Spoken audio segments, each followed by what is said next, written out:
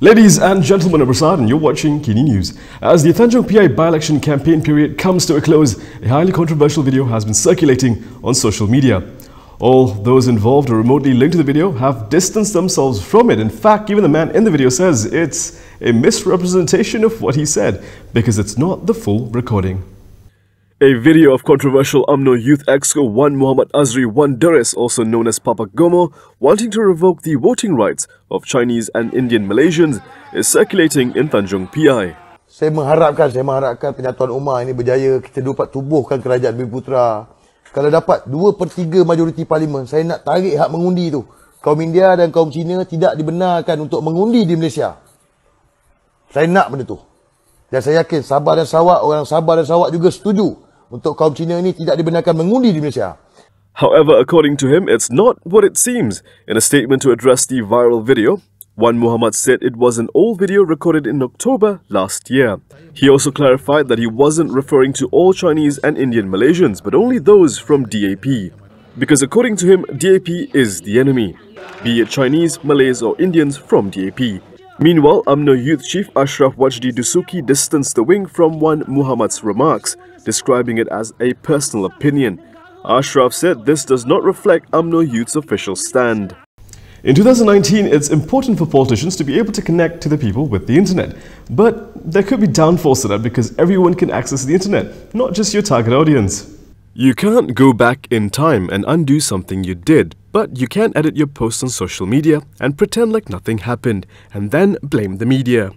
PN's Tanjung Piai by-election candidate Wee Jack Seng wrote on Facebook yesterday about MCA's opposition towards Jawi, which didn't appear to go down well with its coalition partner UMNO and friend PAS.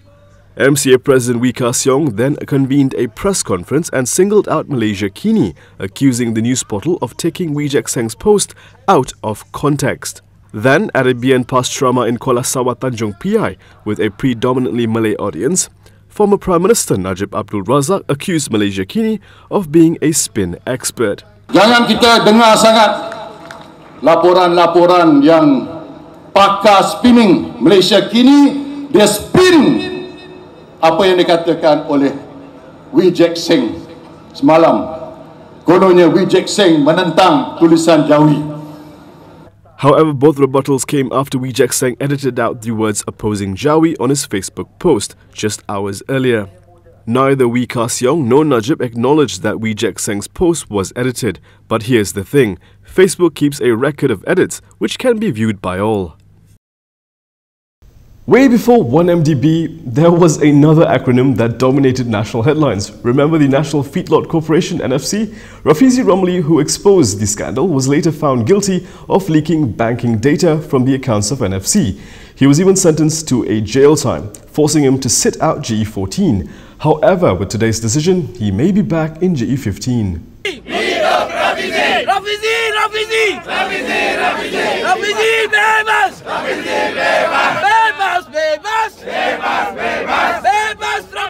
PKR Vice President Rafizi Ramli and former public bank clerk Johari Muhammad have been acquitted and discharged from their 30-month jail sentence for violating the Banking and Financial Institutions Act (BAFIA). I took the risk and I had absolute faith in the strength of our legal arguments and the legal team, and luckily and thank God today the court has decided to agree with our submission purely on the point of law. High Court Judge Muhammad Yazid Mustafa delivered the decision at the end of Rafizi and Johari's appeal against the convictions over the disclosure of banking data from the accounts of NFC and its chairperson Muhammad Saleh Ismail, the husband of former Wanita UMNO chief Sharizat Abdul Jalil, in 2012. Muhammad Yazid ruled that he allowed Rafizi's application as the prosecution had failed to produce original documents as evidence in the trial, which is a requirement under Section 61 of the Evidence Act. The former Pandan MP and Johari was sentenced 30 months jail by the Shah Alam Sessions Court on February 7, 2018. Now back to the 1MDB case. While former Prime Minister Najib Abdul Razak sees postponement, former 1MDB CEO Arul Kandasamy is looking to clear his name. Former 1MDB Chief Executive Officer Arul Kanda Kandasamy objected to his co-accused ex-Prime Minister Najib Abdul Razak's bid to again try to postpone the duo's case of alleged tampering of the 1MDB final audit report, which is scheduled on Monday. Arul Kanda's counsel, M. Sivanathan, told the Kuala Lumpur High Court Judge Muhammad Zaini Mazlan that his client just wished to proceed with the trial as he wants to clear his name. The former Prime Minister's counsel, Harvinderjit Singh, submitted that his client sought the postponement in order to prepare Najib to take the witness stand in the upcoming defence stage of his 42 million ringgit SRC international case on December 3rd. The lawyer said that his client seeks to postpone the 1MDB audit report tampering trial to January next year. While many political leaders are aiding their respective parties and coalitions in their final push to secure the Tanjung Piai parliament seat, certain leaders in PKR are occupied with something else. Sarawak PKR has threatened to cancel its convention unless the party's top leadership can restore democratic principles and honour within the party. This comes after PKR Deputy President Azmin Ali lost his invitation to officiate the party's Youth Wing Congress. In a strongly worded statement today, the state leadership led by Chief Barubian, a known ally of Azmin, decried the snub as a violation of party tradition and an attack on democratic principles. PKR Sarawak said they cannot and will not condone such an attack on the democratic principles which the party stands for and on which it was founded. The crackdown on accused LTT supporters may not be over yet. In fact, the police appear to be widening their net. The sister of a detainee who was charged under SOSMA for supporting the Liberation Tigers of Tamil Elam LTTE was questioned by Bukit Aman police officers last night. Pomugan Mahalingam's sister, Ponalagai, said she was questioned at the Bukit Tengah police station at 7:30 p.m. for 90 minutes over trivial matters. She said this during a press conference at the service centre of PKR's Bukit Tengah assembly person. Pomugan's mother, Rani Tani Malik, who was also present, broke into tears when she said that her only son did nothing wrong. One of the charges against Pomugan, a security guard with a transport company, was Section 130J of the Penal Code for soliciting support for terrorism. If convicted, he faces a life sentence. Do stay with us because after this, our reporter Vivian Yap will be sharing her observations from throughout the Tanjung Piai election campaign. She was there for 2 weeks, so she has a lot to share. Don't miss it. And then we go to Singapore to show you some of the hottest innovations set to become a reality in the world of digital finance. For that and more, don't go anywhere.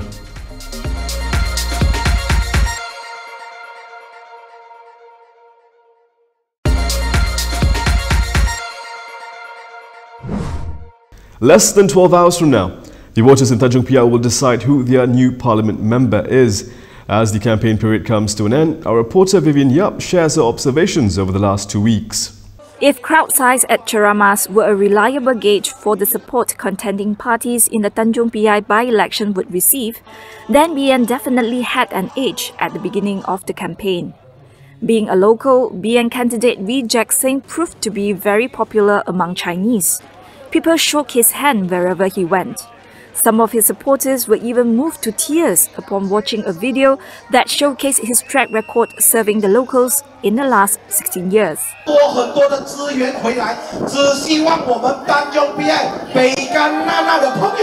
A sea of supporters appeared as Najib Razak and Hadi Awang show up at Cheramas in Tanjung Piai on the first weekend of the campaigning period. Things look much quieter on Harapan's side. Even with a speaker lineup that include heavyweights like Lim Kit Siang, Mat Sabu and Salahuddin, Harapan's first week of Cheramas received a lukewarm response. The crowd started to warm up only after Prime Minister Mahathir Mohamad and PKR President Anwar Ibrahim took turns to go down to Tanjung Piai midway of the campaigning period. What remains to be seen is whether crowd size will translate to votes on polling day tomorrow. As the two obvious frontrunners in this by-election, BN and Harapan focused their campaigns on lambasting each other's shortcomings for the last 2 weeks.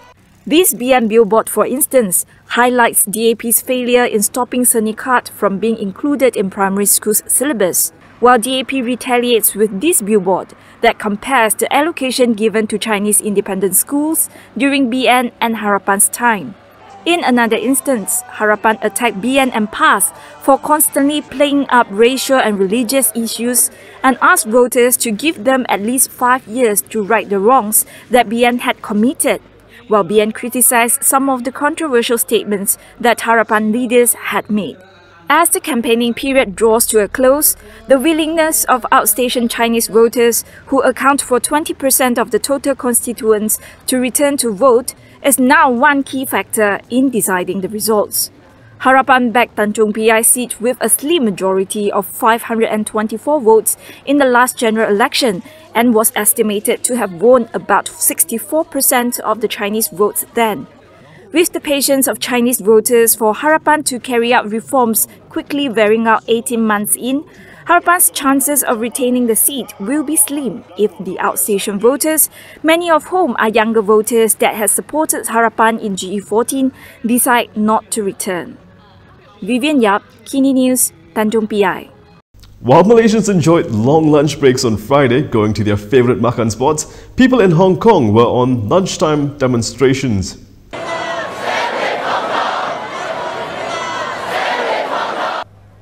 Thousands of participants converged at 11 business districts in Hong Kong during lunchtime on Friday. These office attire-clad crowds, mostly with masks, chanted slogans in support of the protest.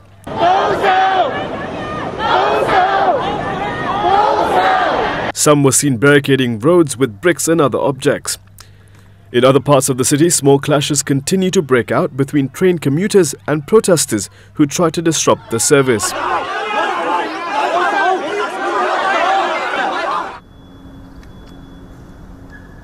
University of Science and Technology, a memorial was held to mourn the student Chow Zi Lok, who fell from a car park as police clashed with protesters during a nearby anti-government demonstration.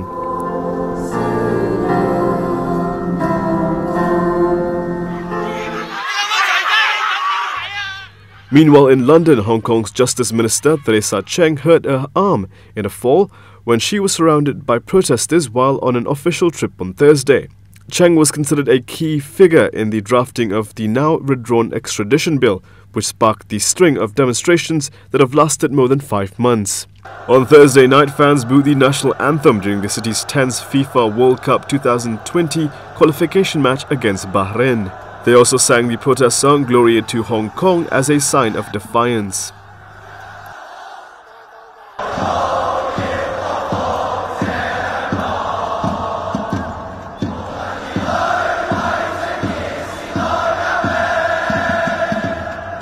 Security clearance at all Singapore immigration checkpoints will be fully automated with fingerprint, facial and iris scans by 2025. This is among the 7 big moves unveiled at the ongoing annual Singapore FinTech Festival, the world's largest FinTech gathering.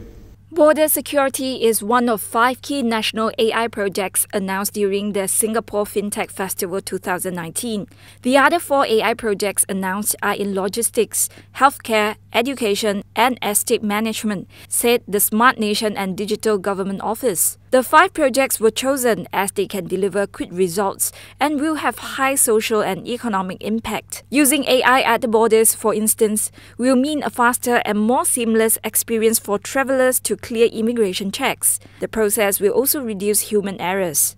The fully automated system at Changi Airport Terminal 4, for example, which uses a facial recognition system that captures a passenger's photo at different stations, was reported to achieve manpower and efficiency savings of up to 20%. Financial institutions, fintech startups, policymakers, and investors gather in Singapore to discuss the latest trends in the digital finance world at the ongoing Singapore FinTech Festival, which opened Monday. A total of 60,000 participants and 900 exhibitors from about 130 countries are attending the 5-day festival that will end this Friday, making it the largest of its kind in the world. And here are several other news highlights from today that you don't want to miss.